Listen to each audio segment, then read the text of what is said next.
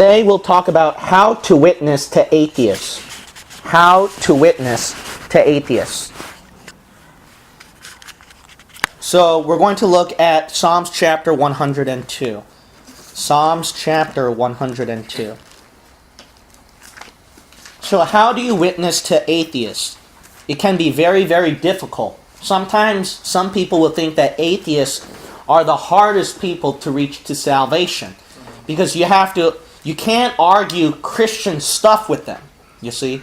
You have to argue scientifically, rationally with them. And let's be honest, Christians are not really skilled in that, you see. At least with other different religions, you can use Christian stuff, Christian arguments with them. But with atheists, you can't do that. You have to be intelligent, reasonable. So it's very, very difficult. Well, actually, it can be much more simple than you think. It doesn't have to be that difficult. It will only be difficult if you make it difficult. So that's the purpose of these lessons we're going to go through on how to witness. So let's first talk about how to witness to atheists, all right? Psalms chapter 102, and then the passages we'll be looking at later is verses 25 through 27. Verses 25 through 27. Now, the thing to understand about atheists is this, is that they believe that God did not create the universe, right? They will say all kinds of scientific jargon that you don't even know about on what created the universe. The most common belief is like the Big Bang, right? Basically, there was some kind of sort of explosion in the universe and created everything. They also mention about gravity that created the universe. That's where Stephen Hawking, the famous person who tried to use this argument against God. Gravity is what created the universe. Or dark matter is what created the universe. Or whatever matter and energy. So remember this. They're going to use whatever matter or whatever energy to prove that that's what created this universe. All right? They might use a lot of scientific jargon on you, but remember this. This is absolutely important. Otherwise, you will get lost and you won't know how to witness to an atheist. All you have to do is not understand every detail of what they argue. Just understand the main point. Yeah. They might say Big Bang, they might say dark matter, gravity, or some kind of scientific terminology of whatever created this universe, and they'll go 20 sentences long, and they'll just bore your mind, and you get lost, and you don't know how to answer to that. Yeah. But basically, what that all translates into is just two words. Matter or energy. Yeah. That's it, you see? Because no matter what they say, it doesn't change the fact that whatever created the universe is going to be whatever matter it is or whatever energy it is. Okay? So remember that. Okay? So matter is like the substances, right? The substances that are solid, so to speak. Like the chair is matter. The rock is matter. The earth is matter. Energy, I mean, that's a no-brainer, right? So we can say gravity right there, or magnetic forces, electrons, protons, etc. All right? So no one's lost so far? This should be simple enough, all right? So whatever they say created this universe doesn't change the fact it's going to be whatever matter or energy, okay? Now, they're going to say that whatever matter or energy it is, Big Bang, gravity, dark matter, blah, blah, blah, blah, it's what created all this universe, all right? So that's number one to understand, all right, that you want to note and understand. So this is how you answer to that, okay? How you answer to that is there is a law of thermodynamics, okay? It's a law that is one of the most rock-solid laws in science, okay? Even the famous Albert Einstein say the two greatest laws, okay, has to do with the law of thermodynamics, okay? Now, you might go, what is that? That's already a long word, Pastor. Well, that's why it'd be important to note it. Yeah. So the important thing to note, what is the law of thermodynamics, right? Okay, what we're going to use is this. There are several laws. There are several laws of thermodynamics. In this case right here, where they mention whatever matter or energy created this universe, you want to use the second law of thermodynamics. Okay, so that's what it's called. Remember that. The second law of thermodynamics. In fact, even Christian apologists, you gotta understand this. Many scholars who go like 3-hour or 5-hour debates with famous atheists and skeptics, all right, they're able to use one of the arguments they use the most is second law of thermodynamics. Atheists know that, all right? That's why they hate that law, all right? Now, what is the second law of thermodynamics, all right? It's very simple. What it simply means is this, all right?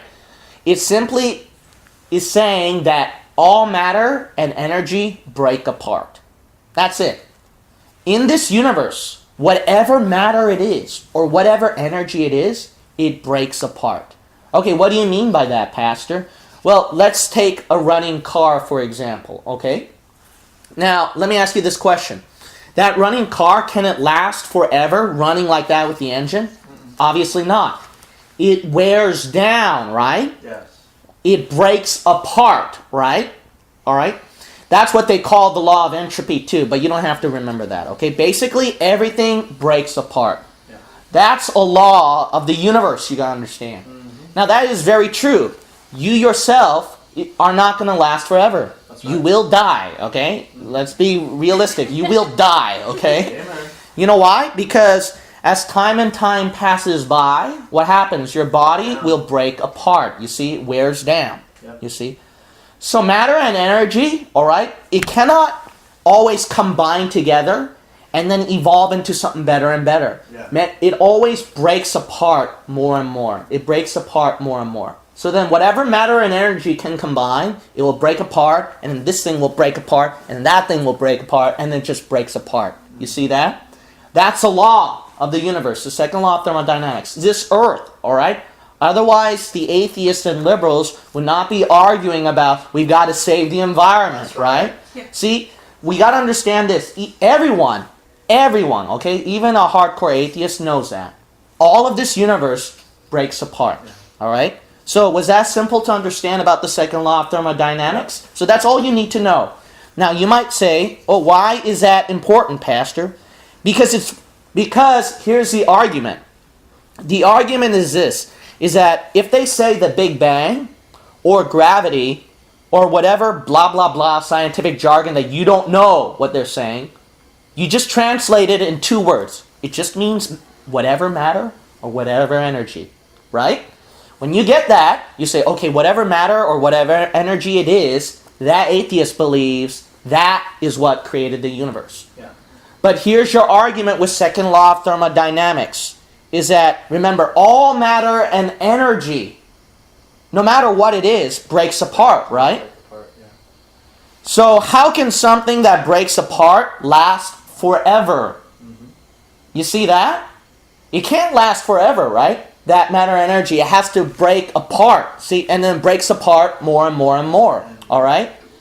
Now, some scientists, all right, just a side note, you don't really have to know this, but just a side note, some atheists, some evolutionists, some scientists, they will try to say that energy or matter, that it can last forever, and they will use some mathematical equation, whatever, but that is so stupid, okay? Because when things break apart, they don't realize this. The energy and matter that creates a substance, proton and atoms don't last forever, you see?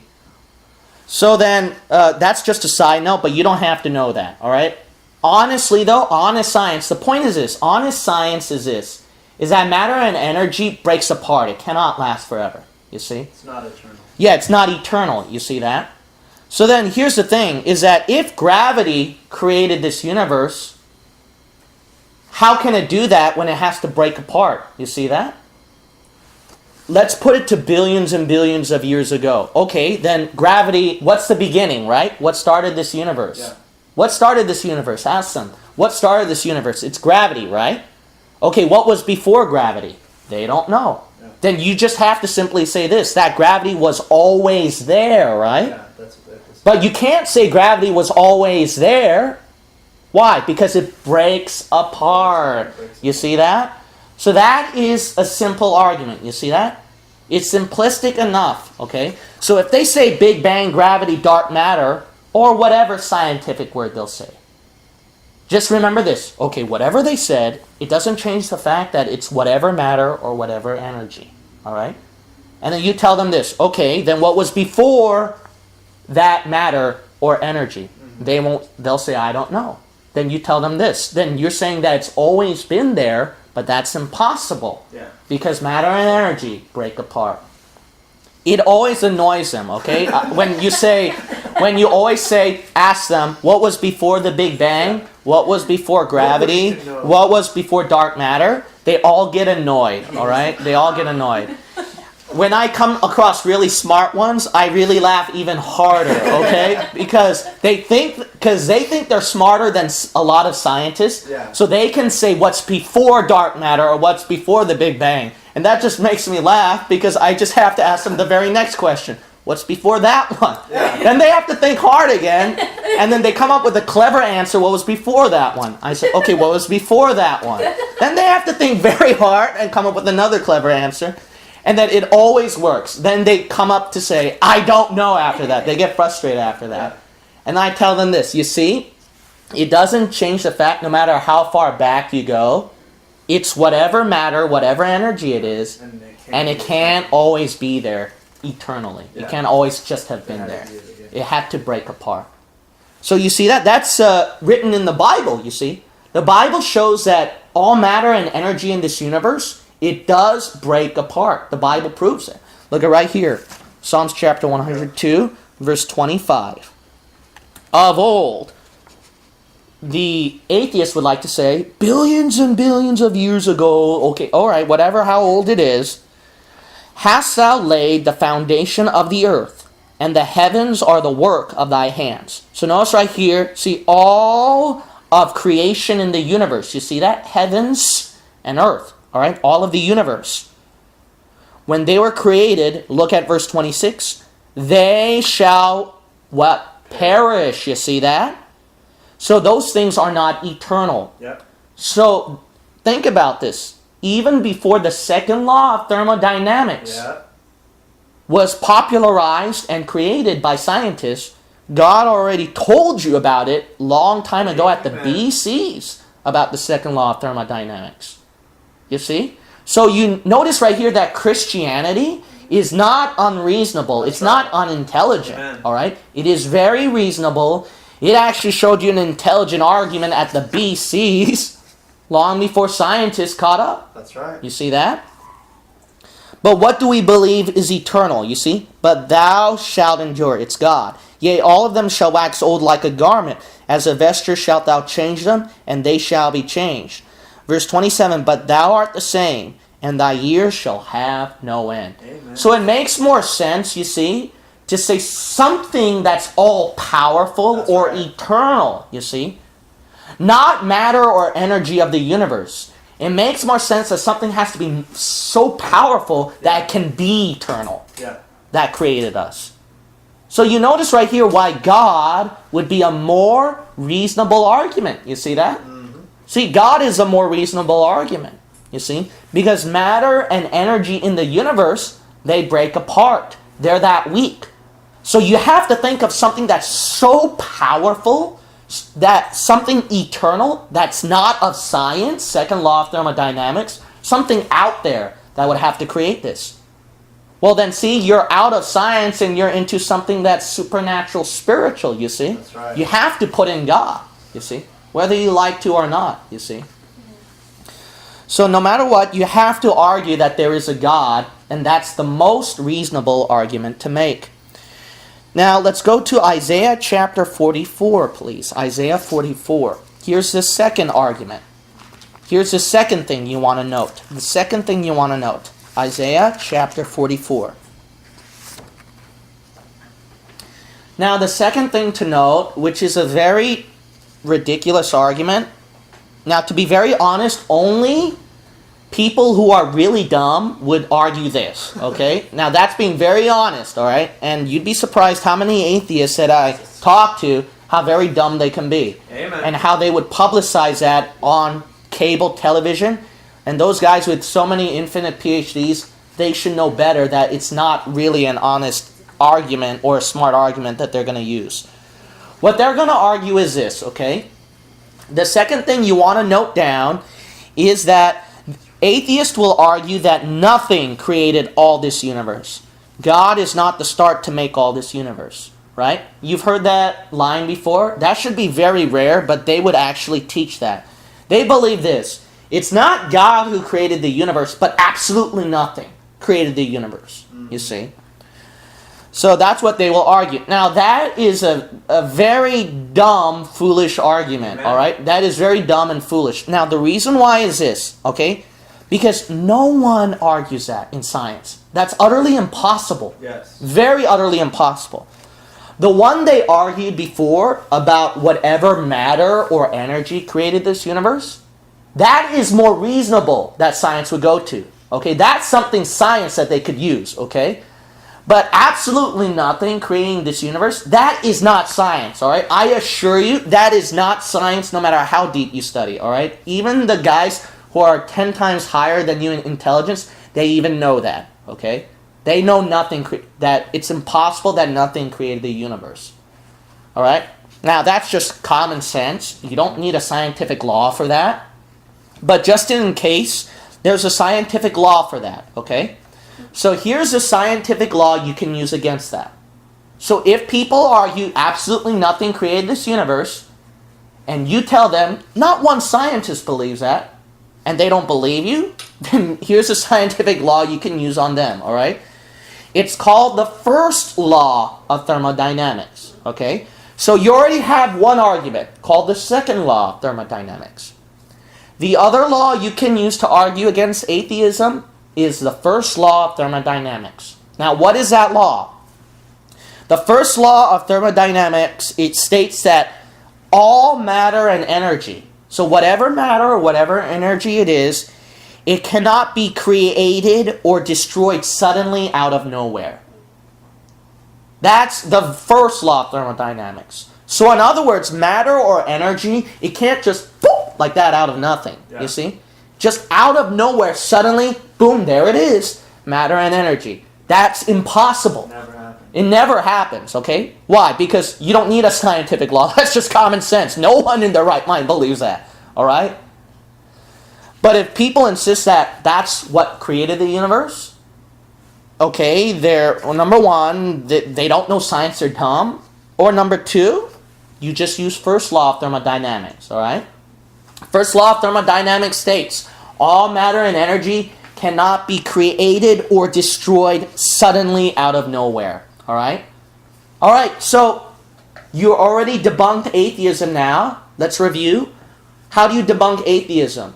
With the second law of thermodynamics.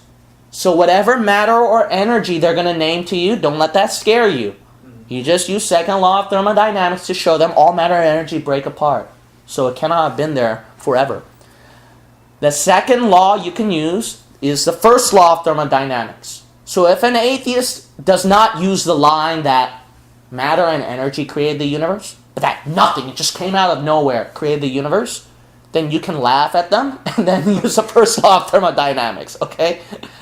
The first law of thermodynamics states all matter and energy cannot be created or destroyed suddenly out of nowhere. So again, what that means is that all of a sudden, whoop, there's an atom, right? And then whoop, all of a sudden there's an earth. And then whoop, all of a sudden then there's gravity, and then whoop, all of a sudden, boom, then the Big Bang, and then create the universe. Okay, you see? You're already laughing. You see, why are you guys laughing? Because you know that's just ridiculous. Yeah. You see that? Just out of nowhere. Whoop. I'm just being honest. I'm being honest. All of a sudden, whoop, anyways, all right.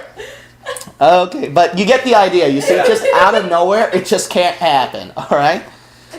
So when you do that, you already destroyed atheism. Now, let's look at Isaiah 44, verse 6. Poor atheism. Isaiah chapter 44, verse 6. You're absolutely right. You notice that atheism is not that hard to debunk now. You see that? It can be very much more simple than you think. That's why they have to complicate it. You see? Exactly. So what's important to understand is this. Why is atheism so hard to argue against, Pastor? I'll tell you why.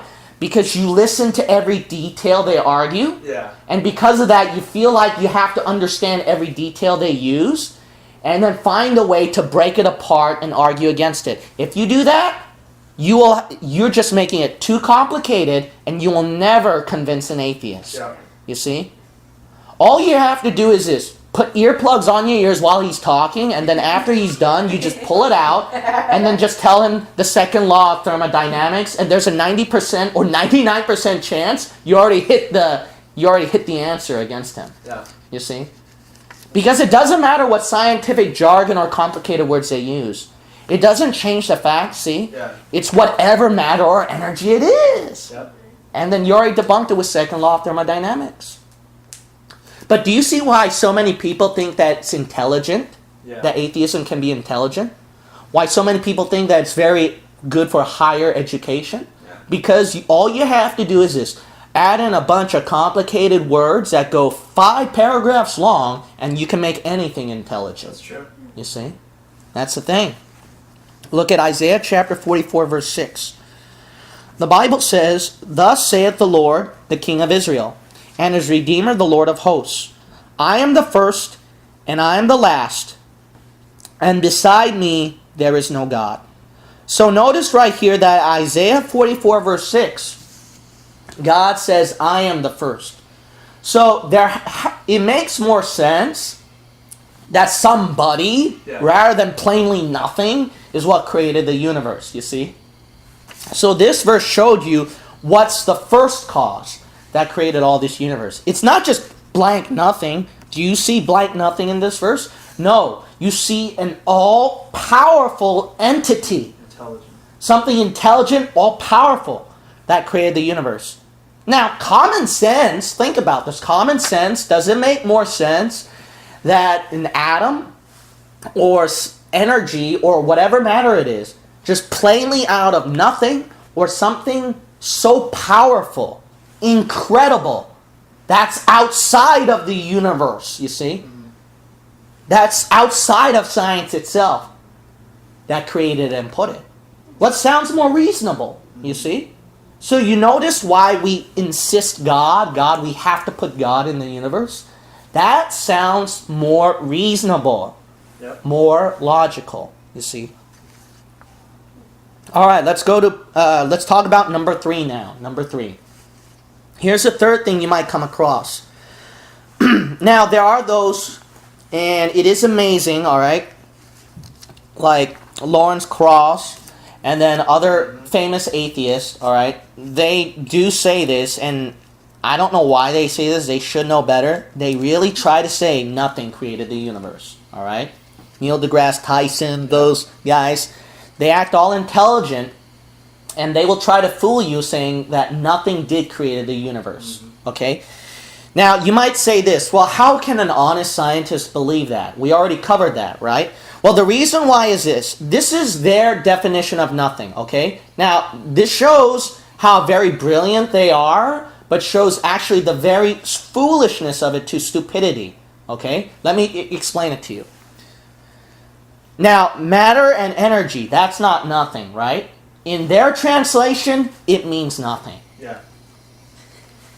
Okay, why? Because here's the intelligent way they cover it up. Dark matter, you see? So basically the black, if you go to a room that's all black, see that black stuff? That's practically nothing, you see that? So because that's nothing, so to speak, that's dark matter that created the universe. You see that? So you see how they cover it up. Another thing is like gravity, see? Gravity is like nothing itself, okay? Some kind of force, okay? And then through this, it just, the universe collapsed, whatever Hawking said and those atheists said, it collapsed and then it created the universe itself, whatever, all right? They'll say, that's practically nothing, they'll say. That's practically nothing. Now, if you listen to that, you notice what they said. It's practically nothing. Which means it's something. Yeah, see? So it doesn't change the fact is this. It's still something. Yeah. All right? Now, let's say, for example, like this room, this empty air, this space that I'm touching, we call that nothing, so to speak, right? You see? Yeah. So I'm going like this, it's like nothing, right? If I put a chair here, that's something, right? Yeah. Let me give an easy example. If all of this was emptied in the living room, and then Kirsten came to this room and said, there's nothing in this room, You see that? That's what those atheists are thinking, you see? So Empty that's space. what, like, yeah, empty space. There you go, okay? It's like empty space, so to speak. All right? So that's why they say nothing created the universe. You see that? That's where they get their idea from, you see? But to be very honest, you see, if you were to go into science, now we're talking about science here, people. Yeah.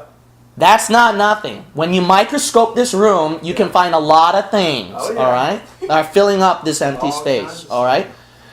Dark matter, that's what they call it. What did they just gave it away? matter. It's still matter. You see that? And remember, whatever matter or energy it is, what does the second law of thermodynamics state? It breaks apart. See that? Gravity. All you have to do is Wikipedia it. And if you want to be scientific, look at a scientific journal. What are the elements that consist in gravity? It's a energy. It's a force. Yeah. Oh, you see that? So that's not nothing. You see that? That's not nothing. As much as they would like to say nothing, it's not really nothing. So don't let that scare you, okay? Every honest scientist does not believe that, okay? If they want to be scientific about it and try to say nothing created this universe, you tell them you are not being an honest scientific person. Because if you really applied science in there, what is it? It's not really nothing. You see that? Okay, let's also look at 1 Peter chapter 3. 1 Peter chapter 3. 1 Peter chapter 3. So you notice right here that atheism, it can be very easy. It is very easy to break it apart. You see that? It's very easy to break it apart. It's not very difficult. Now remember, let me explain again. When you argue with an atheist or try to show them how intelligent, reasonable Christianity is, remember this. If you don't remember this, when you witness to an atheist, you will never witness to an atheist. Don't try to answer all the details that he's saying. Yeah. All right? Ignore it completely. All right? Ignore it completely. All right? Because what you're trying to do is that you will lose the battle. All right? You know why? Because you don't know all those scientific matters and energy and all that substance that he evolved and all that. All right? You don't know all that. All right? Now, besides, why even argue about that? You don't have to. Because it doesn't change the fact, let's assume that it does work, okay? All the specific details they said, it does scientifically work, all right? It doesn't change the fact when you go at the very start, you see that? The very start, whatever matter or energy it is, it breaks apart. It cannot last forever. It doesn't change that fact, you see? So that's how you witness to atheists, you see. Ignore all that, all right? Ignore all that and just translate it. Translate whatever jargon or blah, blah, blah they're saying and translate that as, okay, that's a matter. Okay, that's an energy. That's a matter. That's an energy. Yeah. That's a matter. That's energy. Just keep doing that, okay? And when they use stuff like nothing, dark matter, gravity, then you just say this, okay, that's matter or energy. Oh, that's matter or energy. Oh, that's matter or energy. Yeah. Just translate that every single time, all right? I don't know if Brother Sean remembers, but when we were street preaching around Rivermark Plaza, where North Valley Baptist Church was nearby located, there was a atheist that always walks by us when we street preach. Okay, I remember him very well, all right? But I don't know if Sean remembers, but I do remember this, is that when I was talking about what created this universe, I kept annoying him with that question. What was before that? What was before that? What was before that? And the guy was intelligent to come up with the answers, so I was actually laughing inside. I was like, this guy is actually smart, but boy, is he wasting his breath. So he went on for 5 minutes like that, like whatever it is, and then he finally got frustrated. He was like, I don't know, you know. And then what did I do? I used second law of thermodynamics, or the first law, you see. He tried to also mention that it's dark matter, so that is like nothing, you know, create the universe. I remember that too, but he just gave it away. That is matter itself, It's you see. dishonest. Yeah, it is very dishonest, That's you what they see. have to resort to. You see. So don't let that scare you. Whatever they say, It's either nothing or whatever matter or energy it is. And all you have to do is translate that to matter or energy. Matter or energy. That's how you can witness to an atheist. All right? And then once you got that, then attack it, dismantle it with the first and second law of thermodynamics.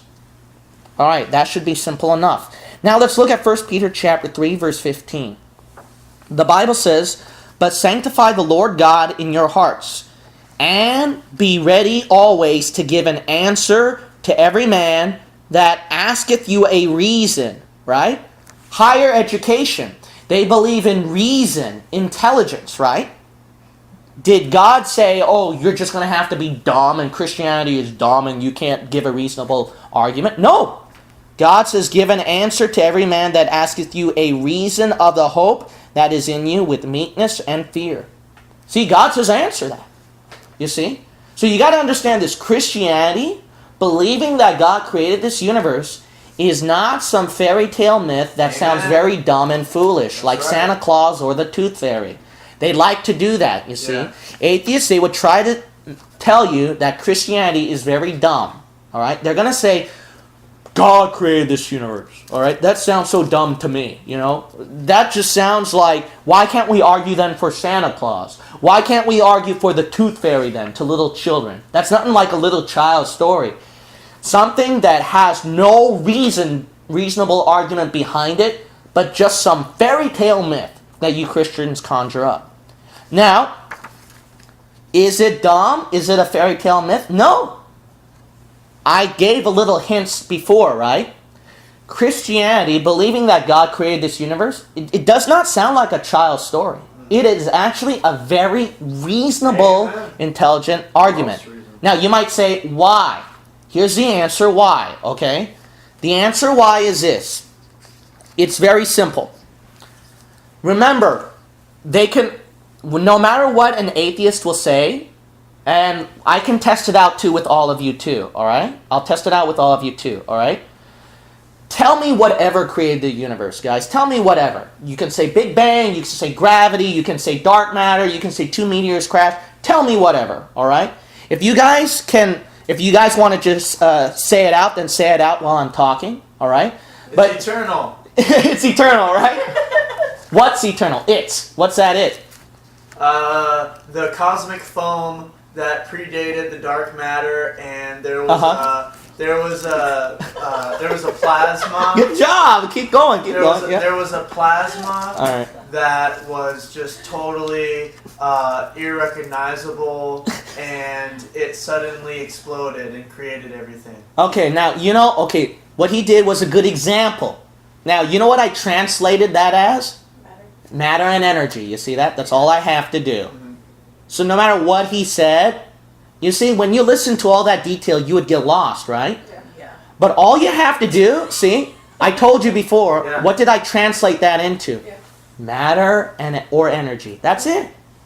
Matter or energy. And then I tell him that, what would I tell him? I would tell him the second law of thermodynamics. You see that? That it breaks apart, you see. It cannot be eternal. It breaks apart. Can't just always been there. It breaks apart. And then see, you already dismantle it. Mm-hmm. And if you want to throw in a different answer? This isn't real life. We're not really here. Yeah, we're not really here. That one is actually not scientific. So that one, we don't even have to argue it in this session. We're all aliens. Yeah. Aliens created us. Okay. But that's, not scientific again. You see that? Because we can translate alien to what? Matter or energy. Yeah. You see that? See, so throw in all kinds of stuff. You'll still translate that as matter or energy. Yeah. The only thing that you can get outside of that was say that this is not real, it's an illusion. But when you say that, that's not science already. All right? Scientists don't believe that. You're forced to say that it's either out of nothing, or that it was always here. Yeah, exactly. See, those are the only two resorts. See? Those are the only two resorts. Or that something that is outside of this. See, exactly. Create, and that is by nature, doesn't break down, is eternal. And what are you getting into now? See, you're getting out. See, you're getting outside of science And you have to insist what? You have to put God then. You see Right. that? Right. You can call it whatever. I don't care what they call it, all right? They can say something outside of the universe. They'll call it a force, energy, whatever. It doesn't change the fact that the word is translated to G-O-D. You can call it whatever, but it is God, you see. Amen. I remember when William Lane Craig, this is a side note, you don't have to write this in your notes, but as a side note, this professor was using all this terminology and stuff that the universe is like a computer, very scientific, created all this and all that kind of stuff, trying to go outside the laws of thermodynamics. And then Craig just went like this, and William Craig just told him, you know, sir, you just basically said God is what created the universe. And why not just say God? Yeah. You see that? So what do you have to insist no matter what? You have to put God. You see that? Amen. You have to put God. It doesn't change the fact what you call it. It doesn't change the fact it's a supernatural, Yes. not scientific, not bound by the laws of science being. When you get into that, see, then we Christians call it God. You can call it whatever, but it doesn't change the fact that atheism is gone now. You see that? You already dismantled atheism. Because they think, they do not believe, see, in the supernatural spiritual. Yeah. See, they do not believe in the supernatural or spiritual. That's outside of science. Now you got them. Now they have to deny atheism. See? Now, as a side note, you don't have to mention this, but now that they'll admit there is a God, now you have to argue if it's our God, if it's Christian, right? All right, but that's a different session that we'll study, all right? That's a different session we'll study. The very simple answer for us is the Bible, actually, all right? But we'll cover that one much later on. But here's the thing, you already destroyed atheism, you see? You already destroyed atheism. They have to admit something supernatural that's outside of science, that is so powerful that created it. You just said the word God then, you see that? You just said the word God. But they don't want to say that, all right? When you argue with the atheist and they have to resort to that, it's like, you can tell, just say God, just say God. Yeah, trust me, all right? So what is the most reasonable answer? The most reasonable answer, you see, that created this universe, it's not dumb, it's not a myth, all right? It is very reasonable. That what? Something outside of science that's so almighty and powerful, that supernatural outside of science, put the universe together. You see? That's what we Christians believe, see? We Christians believe that, you see. We Christians believe that. And that is what? A reasonable answer. That's not dumb, you see. So don't let that scare you. So, God created the universe. Sounds like Santa Claus, Tooth Fairy, why not just say that? You already can dismantle their argument. You just tell them this. What sounds more reasonable? Whatever matter or energy or nothing that created the universe, that contradicts first and second law of thermodynamics? You can't, no matter what. It contradicts first, second law. Something you have to resort to what? You have to. Something supernatural. Outside, see, outside of science, that's supernatural. That sounds more reasonable, you see. That sounds more reasonable. It makes sense. See, it does make sense, all right? Said in his heart. There is no God, you see, exactly. So let's look at Psalms chapter 19 now. Psalms chapter 19. Psalms chapter 19. They will accuse you, you never saw a creator creating the universe. Yet how do you know he exists, right? They will argue that on you. But you just already have a reasonable answer for that, all right? But here's another thing. Let's also use common sense. So here's a fifth thing you can use too. Here's a fifth thing you can note that you can argue against them. If they say you never saw a creator creating the universe, so why would you believe in that? How do you know he exists? This is what you can argue with them, okay? All you have to do is this, okay? Now, we believe that all of creation was by a creator, right? That's what Christians believe in, right? So this is very simple.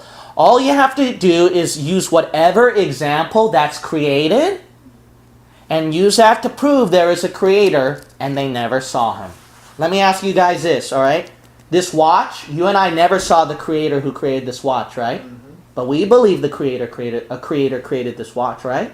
Yeah. This house that you and I live in, we don't believe that through some cosmic radiation or whatever gobbledygook that science will say, that it evolved and then it formed and then it came out this building, right? No, we don't believe that. And they'll say, and then imagine an atheist who tells you, well, you never saw the creator who built this building, so that's just ridiculous that you think somebody created this building. Yeah. You see how foolish that sounds? What about the Honda Civic that I'm driving, you see? I never saw the creator of that Honda Civic before, yet I would believe by faith the guy created the Honda Civic. Yeah. Yeah. Same thing with this house, right? Same thing with this watch. What about the clothes you guys are wearing? You never saw the designer. You just saw the name of the designer on the label, and you just believed it by faith without seeing him. He designed the shirts for you, right? Why? Because it's dumb, it's foolish? No. It's reasonable. Actually, it's just common sense. Whatever's created, there's a creator for that. You see? That's common sense argument. So that's a fifth thing you can use. You don't have to see him.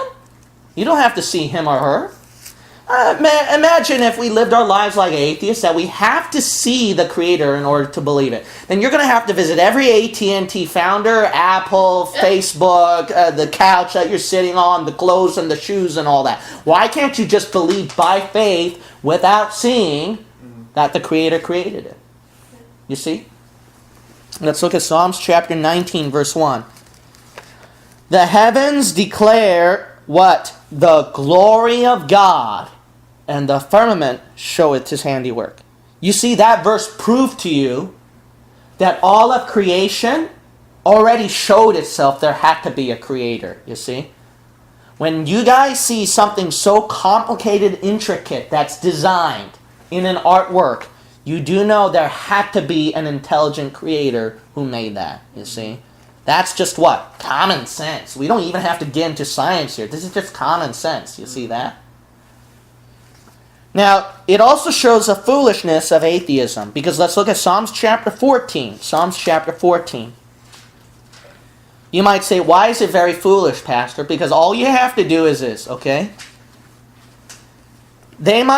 Here's the sixth thing you can use, all right? The sixth thing you can use is this. If they accuse you, you never saw God creating the universe. Yet why do you believe he exists? And you just tell him this. That's being a fool. And then he might get offended and get upset. You don't have to call him a fool, obviously. But, actually it is being a fool.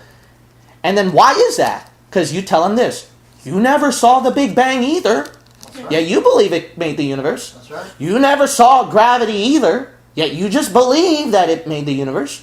You never saw dark matter creating the universe, yet you believe it created the universe. I could just simply say that I coughed something out of my mouth and that's what created the universe. You'd laugh at me. That's what it sounds like. You see?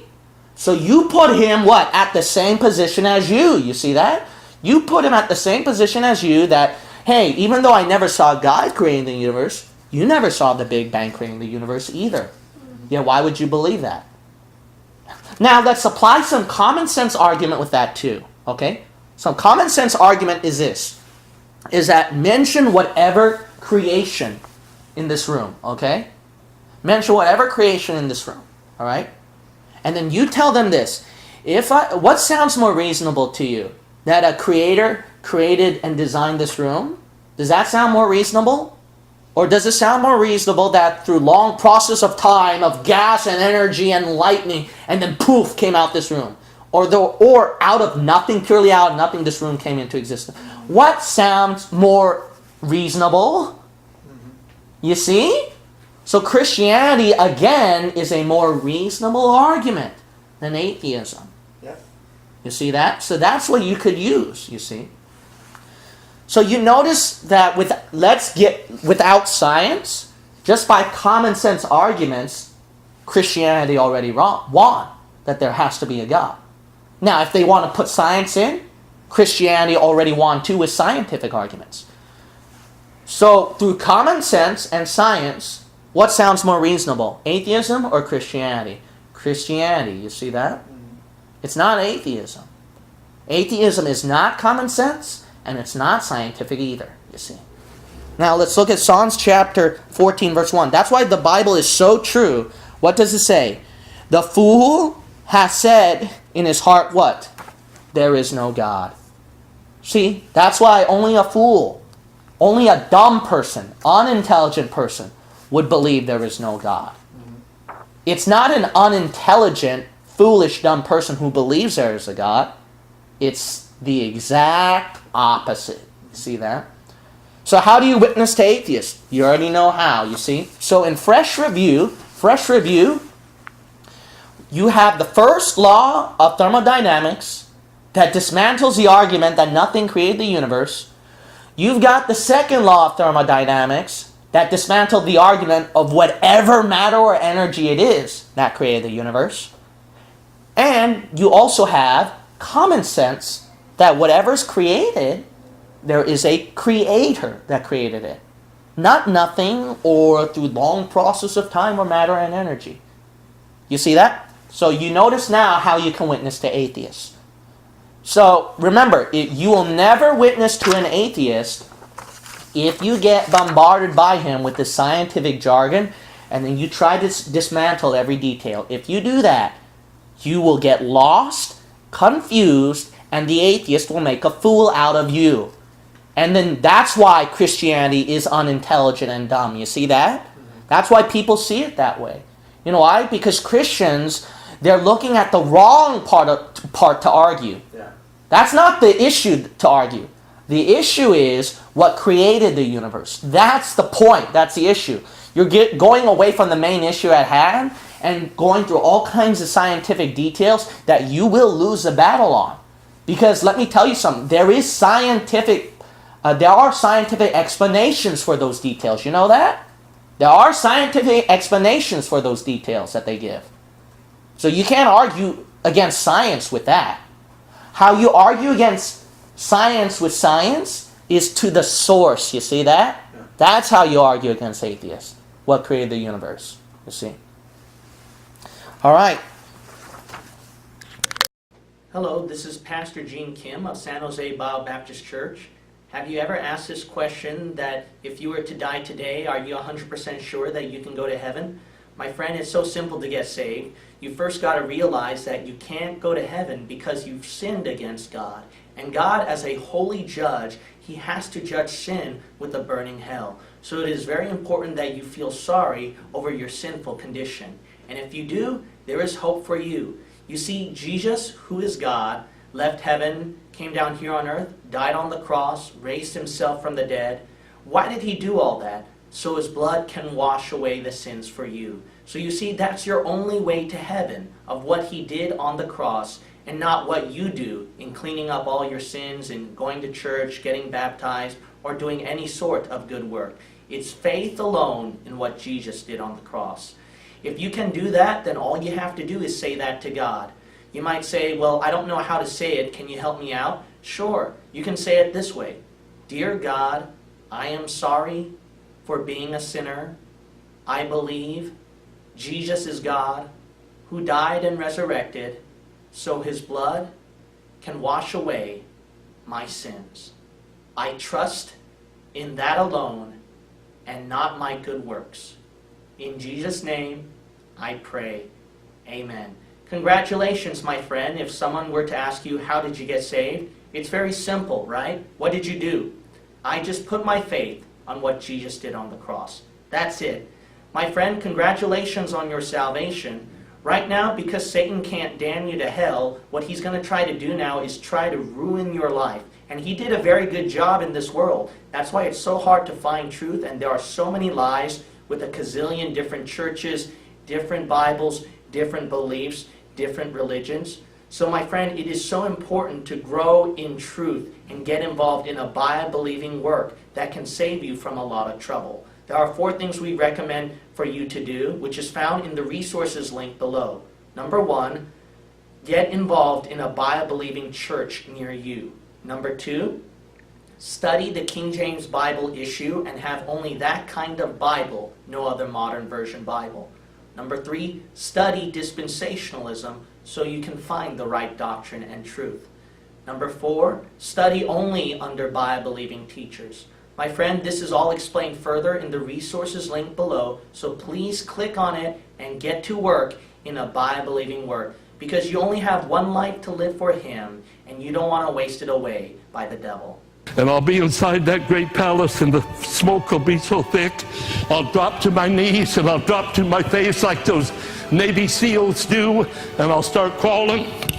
I start crawling, and I'll look down that ivory aisle there, and I'll see a throne, and I'll see some feet that got holes in them, and they got jewel sandals on. Then I'll pull myself up to those feet, and I'll cry on those feet like that woman that cried on His feet and wiped the tears with her hair. Hey, glory to God, you're going to let Him do the shouting. You're going to say, oh God, thank you. Hallelujah. And the angels will worship, and the cherubim will worship, and the seraphim will worship, and thank God an independent Baptist will worship.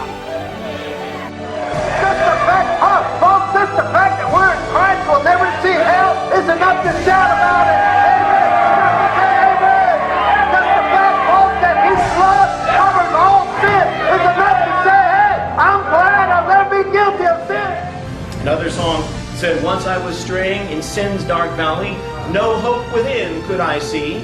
They searched through heaven and found a Savior. Amen. To save a poor lost soul like me. Woo! Glory to God. He stood out there beside him and he'd go, ho, ho, ho, Jesus saves. The Bible says, for God's, and he preaching, and the people that's ringing the bell, they would go, and he'd stand up, and people walk up and they said, wow, Santa Claus preaching. What? Then you enter the throne of glory. Come on! Father opens up His arms. Come on, there's a banner raised up in the skies with all the angels. You're going to capture it.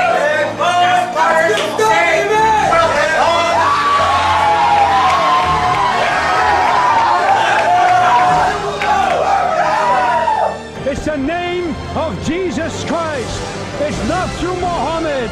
He did not do anything for you. It's not through Buddha. It's not through the commandments. It's only through faith in the finished work of the Lord Jesus Christ. Oh, I'm just going to stay still and I'll just study at home. I watch preaching on the TV and on the internet. You can turn the preacher off. You ain't going to turn me off.